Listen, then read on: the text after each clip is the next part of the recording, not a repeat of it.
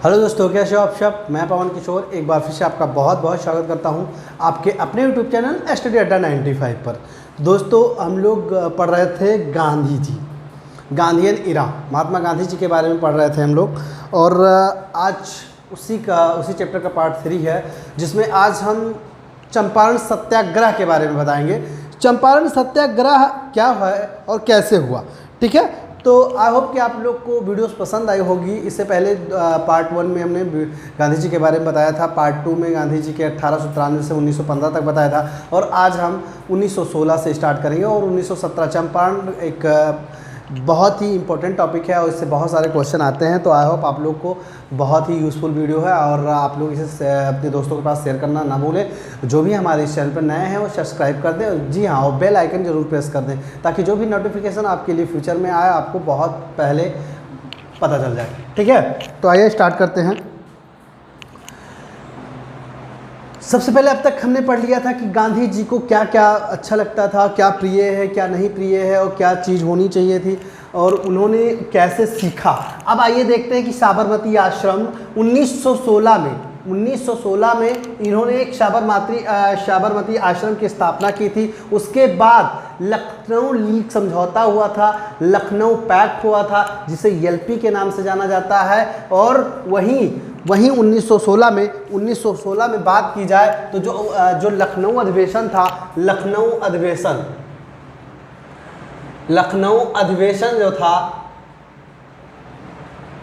अधिवेशन हुआ था, उसके अध्यक्ष अंबिका चरण मजूमदार जी थे। अध्यक्ष की बात की जाए तो अंबिका जी थे, अंबिका चरण मजूमदार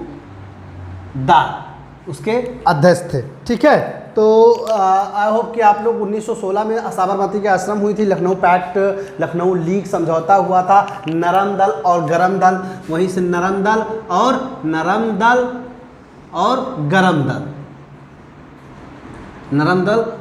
गरम दल की बात हुई थी, ठीक है। तो आइए चलते हैं सीधा चंपारण।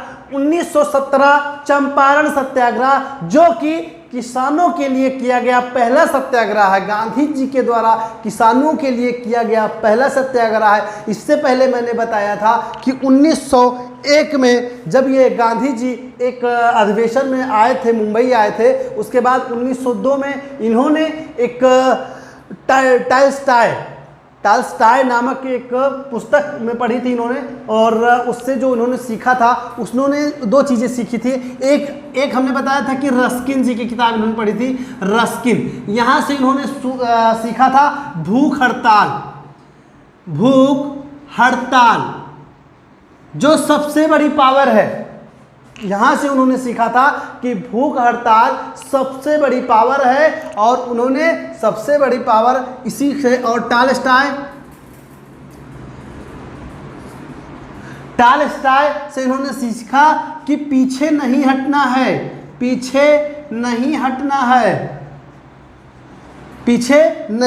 है। तो दोनों बुक इन्होंने पढ़ी और दोनों बुक से दो अच्छे शब्द चुरा लिए। अच्छा, इन्होंने ये सीखा कहाँ से? आइए हम आपको बताते हैं कि सीखा कहाँ से। इनके गुरु जो थे, इनके गुरु के बारे में मैंने बताया था कि इनके जो गुरु थे वो कौन थे? गोखले जी थी। गोखले जी इनके गुरु थे। तो जब वो इनको बता रहे थे, ज्ञान दे रहे थे, तो इन्होंने राजनीति के बारे में पूछा, तो उन्होंने क्या कहा कि अच्छे विचार वाली किताब पढ़िए, आपको वहाँ सारी चीज़ें मिल जाएंगी। फिर उन्होंने जब जेल गए थे ये गांधी जी अफ्रीका में, तो वो रस्किन और टालस्टाय की बुक पढ़ी थी और इन दो शब्दों की वहाँ चोरी की थी। अच्छा, गांधी जी को गोखले जी ने एक और राय दिया था। क्या राय दिया था? कि बेटा, जब आप दक्षिण अफ्रीका से आना तो 1 साल स्टूडेंट बन के रहना। तो 1 साल स्टूडेंट बन के रहने के लिए कहा था, और 1 साल ये स्टूडेंट बन के रहे भी। जब 15 में आए तो इनसे यहाँ का अत्याचार देखा नहीं गया। अंग्रेजों द्वारा जो भारतीयों पर अत्याचार किया जा रहा था, ये इनसे देखा नहीं गया। तो इन्होंने क्या किया, जब लोगों ने इनसे आग्रह किया कि आप आइए और इसमें आगे बढ़ के काम कीजिए, क्योंकि आपने आपने इंग्लैंड में और अफ्रीका में जो सत्याग्रह किया था, तो अफ्रीका में भी आपने एम्बुलेंस की स्थापना की थी, वहाँ पर भी गोरे और काले के भेद के लिए आपने लड़ाई की थी। तो वहाँ हमने आपको देखा है आप संघर्ष, तो उन्होंने कहा नहीं 1 साल में स्टूडेंट लाइफ में हूँ। उसके बाद क्या होता है, आइए चलते हैं चंपारण। चंपारण कहाँ है? बिहार में है। चंपारण कहाँ है? बिहार में है। बिहार में यहाँ वहाँ क्या होता है? 3 कठिया पद्धति। ठीक है, हम आपको बताते हैं 3 कठिया पद्धति क्या है और 3 कठिया पद्धति पर कैसे काम होता है। ठीक है, जर्मनी, एक देश का नाम है जर्मनी। जर्मनी नील की खेती करती थी और बहुत अच्छी थी, जबकि हमसे बहुत अच्छी खेती वो करती थी। और जर्मनी से सीखकर अंग्रेजों ने क्या, नील की खेती स्टार्ट करवाई। नील की खेती स्टार्ट करवाई। और नील की खेती में क्या होता था, अगर इधर नील की खेती है, नील की खेती है और इधर मान लीजिए गेहूं है, मक्का है, गन्ना है। उस समय सबसे ज़्यादा गन्ना उपजाया जाता था, लेकिन नकदी फसल होने के कारण गन्ना हम लोग ज़्यादा उपजाते थे। तो इसीलिए उन्होंने क्या किया, नील की खेती करने के लिए बहुत ज़्यादा फोर्स किया। किसने? अंग्रेज़ों ने। तब जब अंग्रेज़ों ने बहुत ज़्यादा फोर्स किया तो लोगों को उससे 2 नुकसान होता था। एक बगल में नील की खेती है भैया, एक बगल में नील की खेती है और दूसरे ही बगल में गेहूं मक्का की खेती है। तो इफेक्ट बहुत पड़ता था और फसलें अच्छी उगती नहीं थी, नष्ट हो जाती थी, जम भी नहीं पाती थी और जिसके कारण बहुत ज़्यादा नुकसान होता था। ठीक है, तो जब नुकसान होता था तो ये लोग खेती करने के लिए एग्री नहीं थे। जितने बिहार के लोग थे उस समय खेती करने के लिए एग्री नहीं थे। तो जब वो खेती करने से मना कर दिया तो क्या किया अंग्रेजों ने, क्या लगा दिया, 3/20 भाग पर भूभाग पर खेती होगी।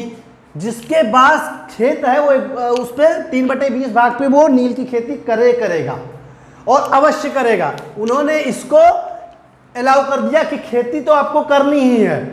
तो हर व्यक्ति परेशान हो गया और खेती करना वो बाध्य हो गया, खेती करने के लिए, नील की खेती करने के लिए वो बाध्य हो गया। और इसको उन्होंने नाम दिया, उन्होंने क्या नाम दिया, 3 कठिया पद्धति या प्रणाली। 3 कठिया प्रणाली। अब वहां के लोगों को बहुत नुकसान होने लगा, तो अब क्या किया जाए, वहां के लोगों को बहुत नुकसान होने लगा तो क्या किया जाए। तो एक भाई साहब थे राजकुमार शर्मा जी। ठीक है, राजकुमार शर्मा जी भाई साहब थे। उन्होंने गांधी जी के बारे में सुना था कि गांधी जी अत्याचार सहते नहीं, सत्य अहिंसा के पुजारी हैं और धर्म के खिलाफ भ्रष्ट के खिलाफ आवाज उठाते हैं। ठीक है, तो तब वो व्यक्ति चल सकते हैं।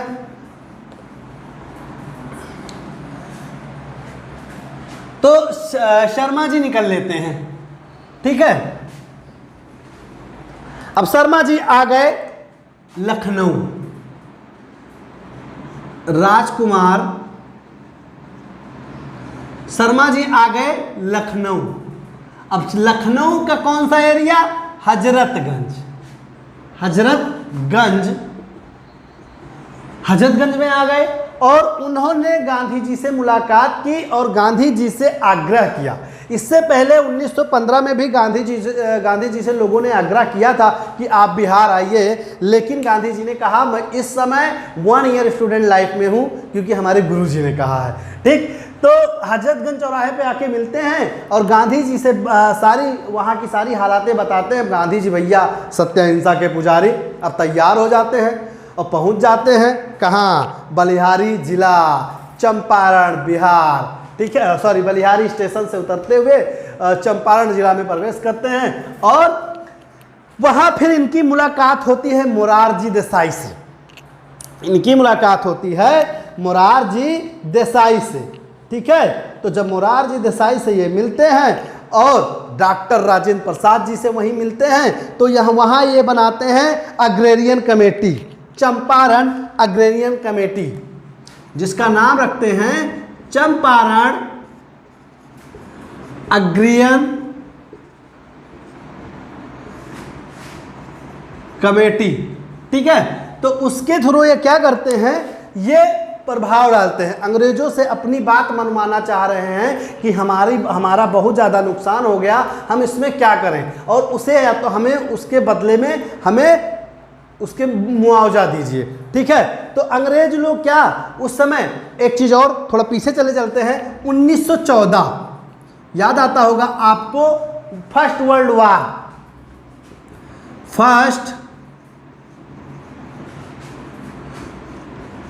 उस समय फर्स्ट वर्ल्ड वार छिड़ गया था। फर्स्ट वर्ल्ड वार छिड़ गया था तो अंग्रेज लोग विश्व युद्ध लड़ने में लगे थे। तो उन्होंने कहा कि ये 2020 मैच है, ये 2020 मैच है, इसको इन्हें जिता दो। उन्होंने कहा ये छोटी छोटी आंदोलन इनको जिता दो। अच्छा, गांधी बाबा बड़े सत्य अहिंसक पुजारी, इन्होंने सोचा कि हमने जो रखी मांग, हमारी मांगें पूरी हो रही हैं। तो इन्होंने, गांधी जी ने वर्ल्ड वार में फंसे थे, इसीलिए इन्होंने सोचा यहाँ ज़्यादा ध्यान ना दे करके, चंपारण पे बहुत ज़्यादा ध्यान ना दे करके इन्होंने यहाँ ध्यान दे दिया, और यहाँ इन्होंने क्या किया, मुआवजा दे दिया। वो मान गए नील की खेती। अच्छा, जर्मनी का हमसे कहीं अच्छी खेती जर्मनी की नील की हो रही थी, इसलिए हम लोग कमज़ोर पड़ रहे थे, हमारा बिक भी नहीं रहा था माल, तो इस वजह से धंधे में लॉस आया। अंग्रेजों ने कहा चलो ठीक है, ये मौका भी है और इन्हें लगेगा भी, इनको लगा कि इनको लगेगा भी और कि हमने हासिल कर लिया सब कुछ, इसलिए उन्होंने मान ली बात। अच्छा, नुकसान की बात आई तो 25% मुआवजा, 25% मुआवजा गांधी जी ने दिलवाया। ठीक है, अब भैया गांधी जी तो बड़े शहंशाह निकले, उन्होंने कहा हम तो जीत लिए, सब लोग वाहवाही करने लगे, अरे गांधी जी आए और बैठे, पहली बार सत्याग्रह किया किसानों के लिए, और अंग्रेज घुटना टेक दिए। लेकिन असली राज क्या था, असली राज तो वर्ल्ड वार था, वर्ल्ड वार में फंसे थे अंग्रेज लोग, और वहाँ क्या है, और दूसरी बात तो थी जर्मनी भाई अच्छी नील की खेती हमसे कर रही थी, तो फिर हमारा माल जब बिक नहीं रहा था तो हम क्या कर सकते थे। तो इसीलिए अंग्रेजों ने घुटने नहीं टेके थे, दांव पेच खेला था। उन्होंने दांव पेच ये खेला कि ये छोटा सत्याग्रह है, इसको सफल हो जाने दो। और उन्होंने गांधी जी को देखा भी था सत्याग्रह में। स्टेशन जब ये गांधी जी पहुंचे थे बलिया, तो क्या हुआ था, वहाँ के पुलिस जो थी, वहाँ के पुलिस कमिश्नरी जो थी, कमिश्नरी ने गांधी जी को वापस जाने के लिए पहले आग्रह किया कि आप वापस चले जाओ, क्योंकि उन्होंने दक्षिण अफ्रीका में देखा था कि गांधी जी ने क्या किया। अंग्रेज लोग उनसे वाकिफ थे। उन्होंने मुकदमा भी दायर कर दिया गांधी जी के नाम से, उसमें पेशी हुई गांधी जी, उसके बाद गांधी जी ने जीत गए मुकदमा, और गांधी जी ने फिर से मुकदमा दर्ज किया कि इन लोग को सज़ा होनी चाहिए, इन्होंने ऐसा क्यों किया, हम क्या दूसरे ज़िले में नहीं जा सकते भारत के नागरिक होने के नाते। तो फिर वहाँ से ये आए चंपारण, और चंपारण में इन्होंने ये काम किया। तो उन्होंने घुटने नहीं टेके थे अंग्रेज लोगों ने, उनकी चाल थी, उन्होंने कहा कि ये सब छोटी छोटी चीज़ें इन्हें दे दो, और गांधी जी को एक बढ़ावा मिल गया। ठीक है, तो ये फर्स्ट वर्ल्ड वार की वजह से 3/20 भाग पे जो खेती होती थी उससे भारतीयों को छुटकारा मिला, और 25% नुकसान का मुआवजा भी दिलवाया तो गांधी जी ने। वैसे उसमें बहुत लोग थे, ऐसी बात नहीं थी कि गांधी जी ही थे।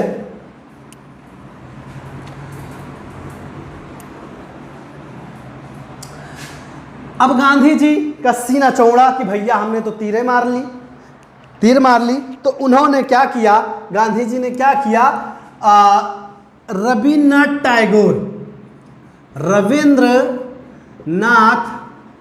टैगोर ने कहा कि अरे गांधी जी ने तो बड़ा काम किया है, आते ही भूख हड़ताल पे बैठे और अंग्रेज लोगों ने गांधी जी के पैरों में घुटने टेक दिए, जबकि ऐसा नहीं हुआ था। असलियत क्या थी वो तो हमने आपको बता ही दी।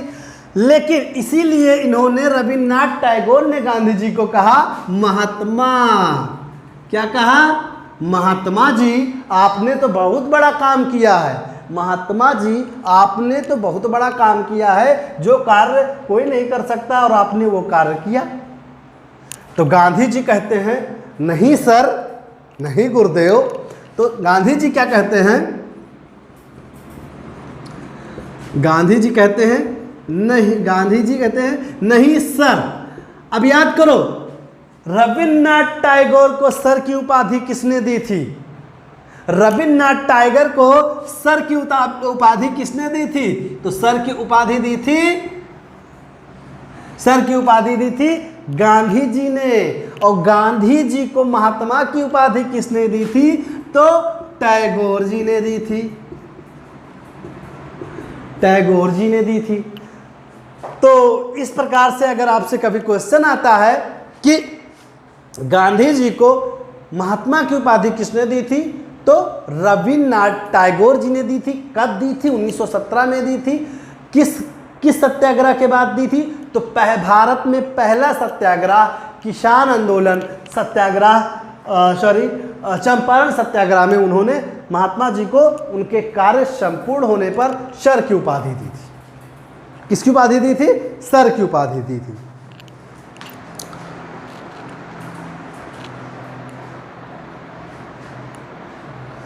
ठीक है, सर की उपाधि दी थी। और वहीं उसी के बदले में क्या कहा था गांधी जी ने? सर कह दिया था रविन्द्रनाथ टैगोर को। ठीक, तो उन्होंने महात्मा 1917 में कहा और उसी के बदले में उन्होंने उनको सर कहा, तो सर की उपाधि और महात्मा की उपाधि। अब ये तो हो गया भैया, चंपारण तो खत्म हुआ।